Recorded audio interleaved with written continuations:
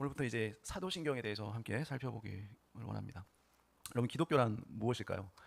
기독교인은 무엇을 믿으며 또 어떤 행동을 해야 하며 또 어떤 비전을 가지고 있는 것일까요? 이 세 가지를 가장 빠르고 또 정확하게 배우고 가르칠 수 있는 지름길이 있습니다. 그게 뭘까요? 우리가 많이 배웠던 것이죠. 바로 사도신경, 십계명, 그리고 주기도문, 이것을 배우고 가르치는 것입니다. 사도신경은 우리가 믿는 믿음의 요약이라고 할 수 있습니다. 그리고 십계명은 우리가 행동해야 될 행동의 요약이라고 할 수 있고, 주기도문은 우리가 바라야 하는 비전의 요약이라고 말할 수 있어요. 우리는 주일 예배마다 사도신경으로 신앙을 고백하죠. 그리고 축도를 하지 않는 예배 시간의 끝을 우리는 주기도문으로 마무리하기도 합니다. 그런데 많은 사람들이 불행하게도 이 사도신경의 의미를 정확하게 이해하고 매주 신앙을 고백하는 사람이 아주 드물다는 거예요. 십계명의 내용이나 순서조차도 정확하게 말할 수 있는 사람이 아주 드물다는 것입니다. 그리고 주기도문은 단순히 의미 없이 반복하는 주문처럼 그렇게 되어버렸다는 거죠. 왜냐하면 오늘날 사도신경, 십계명, 주기도문, 이것의 가치와 의미를 옛날 우리 신앙의 선배들처럼 잘 아는 사람이 많이 줄어들었기 때문이죠. 또한 교회에서 사도신경, 십계명, 주기도문을 잘 가르치지 않게 되었습니다. 그러나 사도신경, 십계명, 주기도문은 이 그리스도인들의 생활을 아주 풍성하게 해주는 보물창고라고 할 수 있어요. 그리고 동시에 우리가 알아야 될 성경을 여는 열쇠라고도 할 수 있습니다. 오늘부터 기독교인의 믿음 중의 믿음, 또 진리 중의 진리, 또 교리 중의 교리인 사도신경이란 무엇인가에 대해서 함께 살펴보겠습니다. 그럼 인간이 하나님과 교제하기 위해서는 어떻게 해야 할까요? 인간이 하나님과 교제하기 위해서는 먼저 하나님이 누구이신지를 알아야겠죠. 그럼 유한한 우리 인간이 어떻게 무한한 하나님을 알 수 있습니까? 방법은 단 한 가지밖에 없죠. 하나님 편에서 우리에게 두 가지 사실을 알려주시면 됩니다.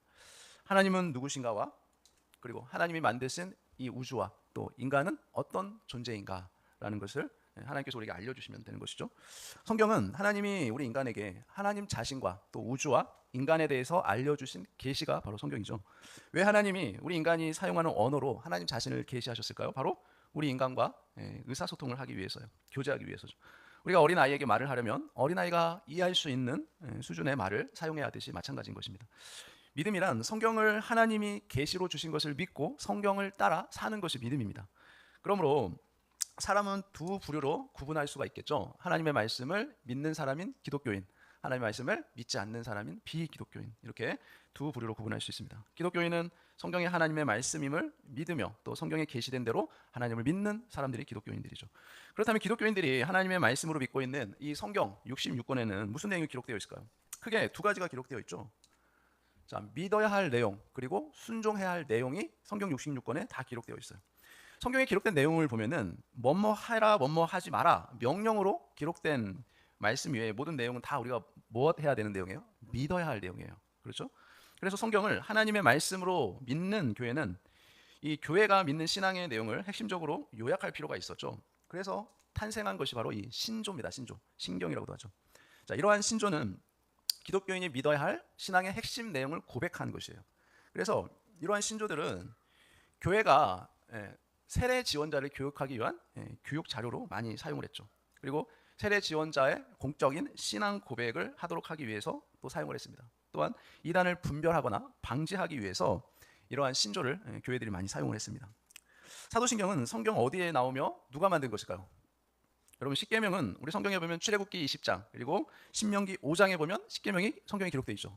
그리고 주기도문은 어디 나와요? 마태복음 6장과 누가복음 11장에 기록되어 있어요. 그러나 사도신경은 성경에 기록되어 있지는 않죠. 그래서 사도신경은 이 십계명이나 주기도문처럼 성경의 특정 본문에 나오는 내용이 아니라 성경 속에 들어있는 우리가 믿어야 할 내용이 무엇인가에 대해서 요약해 놓은 것이 사도신경이죠. 그러므로 사도신경의 내용은 모두 다 성경 속에 있는 것들이에요.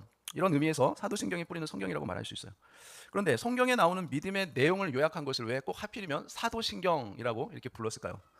어떤 사람은 이렇게 말하는 사람이 있었어요. 예수님께서 승천하신 후에 제자들이 이 마가의 다락방에서 성령의 충만함을 받은 후에 한마디씩 한 것을 이 사도신경의 12항목으로 만들었다라고 말하기도 했었어요. 그러나 그러한 전설은 15세기의 여러 학자들에 의해서 역사적 사실이 아닌 것으로 드러났죠. 사도들이 직접 작성하지 않았다고 해서 이 사도신경의 가치와 중요성이 손상되는 것은 아니라는 거죠. 왜냐하면 사도신경은 사도들의 교리를 간추린 것이기 때문에 그래요. 그렇다면 사도신경은 언제 어디서 만들어진 것일까요? 사도신경의 모체는 AD 170에서 180년에 로마 교회에서 세례식 때 사용한 로마 신조가 모체예요. 그 당시 로마 교회는 세례를 받기 원하는 사람들을 이제 교육을 시켜서 부활절 아침에 세례식을 베풀었습니다. 그때 세례 후보자들에게 성부, 성자, 성령에 대한 신앙을 다음과 같이 문답하고 세례를 베풀었다고 해요. 어떻게 질문했냐면 이렇게 질문했습니다. 당신은 전능하신 아버지 하나님을 믿습니까? 라고 질문을 하면 네, 믿습니다. 라고 대답을 했어요. 당신은 성령으로 동정녀 마리아에게 나시고 본디오 빌라도의 치하에서 십자가에 달려 돌아가신 후 3일 만에 죽은 자 가운데서 다시 살아나사 하늘에 오르시고 하나님 우편에 앉아 계시다가 산자와 죽은 자를 심판하러 오실 하나님의 아들 예수 그리스도를 믿습니까? 라고 질문하면 네, 믿습니다. 라고 대답했어요. 당신은 성령과 거룩한 교회의 몸의 부활을 믿습니까? 라고 질문하면 네, 믿습니다. 라고 대답을 했습니다. 자, 로마 교회는 이렇게 세례식을 베풀 때 삼위 하나님에 대한 신앙을 물었고 그렇게 믿습니다라고 대답할 때마다 어떻게 했어요? 물로 세례식을 베풀었던 것이죠. 자, 이러한 형식은 로마 교회뿐만 아니라 당시 초대교회에서 일반적으로 사용하던 형식이었어요. 그래서 세례식 때 사용한 이러한 문답식 이 세례 신조가 4세기경이 되면서 선언식 세례 신조로 이제 변경이 되었습니다. 그리고 나서 로마 교회뿐 아니라 다른 지역의 교회들도 거의 똑같은 이 사도신경의 내용을 사용해 왔고 오늘날 사용하고 있는 것과 동일한 내용은 약 750년경 그 당시에 확정이 된 내용입니다. 자, 이제 사도신경의 내용을 좀 살펴보겠습니다. 사도신경의 내용은 총 12개 항목으로 구성되어 있어요. 사도신경의 구조에서 볼 수 있는 몇 가지 중요한 특징이 다음과 같습니다. 첫째가 뭐냐면 사도신경에서 가장 많은 부분을 차지하는 것은 바로 뭐냐면 예수님에 대한 신앙 고백이 가장 많이 차지해요. 그래서 몇 개 항목이에요? 사도신경이 총 12항목으로 되어 있거든요. 예수님에 대한 항목은 6항목이나 돼요. 12항목 중에. 그래서 사도신경의 가장 뿌리가 되는 항목은 바로 두 번째 항목이죠. 그 외아들 우리 주 예수 그리스도를 믿사오니 여기가 가장 중요한 거예요. 그래서 두 번째에서 7번째까지 항목은 예수님의 신분과 사역에 대한 포괄적인 진술이 나오고 있죠. 둘째로 사도신경은 삼위일체적인 신앙 고백입니다. 자, 여기 보면은 사도신경 12항목 중에서 크게 세 부분으로 나눌 수 있죠. 자, 첫 번째는 성부 하나님에 대한 신앙 고백이에요. 그리고 두 번째가 성자 예수님에 대한 신앙 고백 나눠져 있죠. 2번에서 7번까지. 그리고 세 번째가 8번에서 12번까지는 성령 하나님에 대한 신앙 고백이죠. 자, 사도신경 구조가 이처럼 삼위일체 하나님 중심적으로 표현된 것은 어디에 뿌리를 두고 있냐면 성경의 마태복음 28장 18절 20절에 뿌리를 두고 있어요. 여기 보면은 예수께서 나와 말씀하이르시되 하늘과 땅의 모든 권세를 내게 주셨으니 그러므로 너희는 가서 모든 민족을 제자로 삼아 아버지와 아들과 성령의 이름으로 세례를 베풀고 내가 너에게 분부한 모든 것을 가르쳐 지키게 하라. 볼지어다 내가 세상 끝날까지 너희와 항상 함께 있으리라 하시니라 라고 말씀하죠. 그래서 초대교회는 이 성부 성자 성령의 이름으로 세례를 주기 위해서 세례받을 사람들에게 성부 하나님, 성자 하나님, 성령 하나님에 대한 신앙 고백을 처음에는 문답식으로 했어요. 질문하고 답하는 형식으로. 그리고 나중에는 선언식으로 이렇게 고백을 하게 한 것입니다. 세 번째로 사도신경은 성경 전체의 내용을 이제 창조에서 종말에 이르기까지 이 역사적 순서에 의해서 요약한 것이기도 한다는 것이죠. 자, 첫 번째 항목은 뭡니까? 창세기 1장 1절을 기초로 한 거죠. 그래서 천지 창조에 대한 신앙 고백으로서 구약 성경 전체를 요약한 거예요. 첫 번째 항목. 두 번째부터 7제까지는 뭡니까? 신약 성경이에요. 사복음서부터 사도행전까지 거기서 나타난 예수님의 신분과 사역에 대한 요약이에요. 그리고 8번째에서 12번째 항목은 신약 성경에서 서신서와 요한계시록에 나타난 성령과 또 교회와 또 구원과 종말에 대한 요약입니다. 그래서 사도신경에 나오는 신앙 고백을 통해 우리는 이 성경 전체가 시간적 순서로 요약되어 있다는 것을 알 수가 있는 것이죠. 그렇다면 초대교회는 사도신경을 어떻게 사용한 것일까요? 먼저 사도신경은 세례받기를 원하는 사람들에게 세례 문답용 교리로 사용되었어요. 그래서 세례받기를 원하는 사람은 기독교의 가장 기본 신앙을 믿어야만 했던 것이죠. 기독교인이 믿어야 할 가장 근본 신앙이 바로 어디에 담겨 있어요? 이 사도신경에 담겨 있기 때문에 그래요. 그래서 오늘날도 교회는 세례를 주기 전에 이 사도신경의 내용을 확인하고 세례를 주는 것입니다. 다음으로 사도신경은 세례받기를 위한 준비자 교육을 위해 사용되었어요. 초대교회는 세례를 주기 전에 3년에 걸쳐서 세례 준비자 교육을 했어요. 3년. 여러분 오늘날에도 세례 주기 전에 3년 동안 교육시켜서 세례를 준다고 하면 여러분 남아있을 사람이 있을까요? 거의 없을 겁니다. 자, 이 세례 준비자 교육을 시킬 때 사용된 것이 바로 이 사도신경이었어요. 사도신경의 내용을 그 당시에는 다 암송하겠죠. 암송해서 세례 준비자 교육을 시켰던 것입니다. 마지막으로 사도신경은 이 교회를 비난하고자 하는 다른 종교의 공격과 또 교회 내부의 이단을 방지하는데 가장 강력한 방패로 사용되었습니다. 초대교회 때는 여러 종류의 이단들에게 많은 도전을 받았던 데죠. 그래서 초대교회가 이런 이단들의 도전에 직면해서 이 바른 신앙을 수호하고자 했을 때 가장 중요하게 사용됐던 것이 바로 이 사도신경이었어요. 사도신경 속에 담긴 내용은 아까 살펴봤듯이 기독교 신앙의 요약이자 기준이 되죠. 따라서 이 신앙의 기준을 받아들이면 정통교회가 되는 거고 그렇지 않으면 이단이 되는 것이죠. 그렇다면 사도신경은 오늘 우리에게 어떤 의미가 있을까요?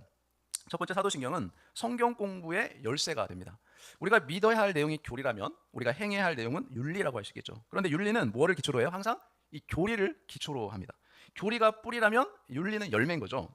윤리는 항상 교리를 배운 후에 알게 되는 것으로서 교리에 따라 실천해야 할 내용인 것입니다. 따라서 성경을 바르게 이해하려고 할 때 교리를 바르게 이해하는 것이 필수예요. 그렇죠? 교리를 안경으로 해서 성경을 봐야 합니다.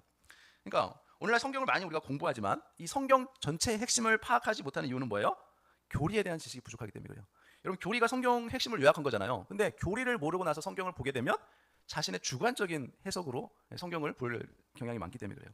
자, 성경은 결국 하나님과 예수님, 성령님, 그리고 구원과 교회, 그다음에 종말에 대한 중요한 진리, 즉 교리를 가르쳐주는 책이 성경이죠. 따라서 사도신경을 통해 이러한 기본적인 교리 중에 교리 이 내용을 분명하게 알고 있으면 어떻게 해요? 어떤 성경이라도 바르게 이해할 수 있는 것입니다. 자, 둘째로 사도신경은 기독교 세계관의 안경이라고 할 수 있어요. 과거나 현재, 미래를 막론하고 인간이 이 세상에서 매일 살아가는 그 삶의 배후에는 이 세상과 또 인생을 바라보는 각자의 인생관, 세계관이 다 있어요. 그래서 우주와 인간의 기원과 목적과 의미는 무엇인가? 또 세상에 존재하는 악과 인간의 죄성은 어떻게 된 것일까? 또 개인과 역사의 종말은 어떻게 되는 것일까? 이러한 물음에 대한 대답이 바로 이 세계관의 핵심인 것이죠. 사도신경 속에 있는 이러한 신앙 고백은 바로 하나님과 우주, 그다음에 인간의 창조로부터 시작해서 우리 몸의 부활과 영생으로 끝나는 그 종말에 대한 기독교적 세계관의 핵심이라고 할 수 있죠. 셋째로 사도신경은 기독교인의 신분증이라고 할 수 있어요. 사도신경을 고백하는 것은 지난 2000년 동안 사도신경을 말한 모든 기독교 신자들과 오늘날 살아가는 내가 같은 신앙을 고백하고 있다는 것을 의미하죠. 그래서 기독교는 사도시대로부터 예수님이 재림하실 때까지 계속적으로 어떻게 해야 돼요? 다음 세대에 이 사도신경이라는 기독교의 신앙의 이 바통을 넘겨주는 것이라고 할 수 있어요. 자, 그래서 지난 2000년 동안 이 땅에 삼위 하나님을 믿고 구원받았던 모든 기독교인과 우리가 동일한 신앙을 가지고 있다는 것을 말해주는 것이죠. 넷째로 사도신경은 기독교 교육의 기본 교과서라고 할 수 있어요. 그러니까 사도신경은 교회에서 가장 먼저 배우고 또 가장 먼저 가르쳐야 할 내용인 것입니다. 초대교회 전통은 세례받기 전에 사도신경에 있는 내용부터 가르쳐서 사도신경의 내용을 믿음으로 그 사람이 고백하게 한 후에 세례를 주고 비로소 기독교인이 되게 했던 것이죠. 그래서 오늘날 우리가 정말 여러 가지 잘못된 사상들, 오늘날 많죠. 자유주의 사상들, 또 뭐 다원주의 많잖아요. 혼합주의. 자, 이런 사상, 또 가치관, 신비주의 이런 것들로 인해서 혼탁한 이 세상 속에 어떻게 돼요? 이 2000년의 전통을 가진 사도신경을 하나님께서 우리에게 주셔서 우리가 믿어야 할 바를 알게 해주신 그 하나님께 우리가 사도신경을 대할 때마다 항상 감사하며 살아갈 수 있는 저와 여러분들 되시기를 예수님의 이름으로 축원합니다.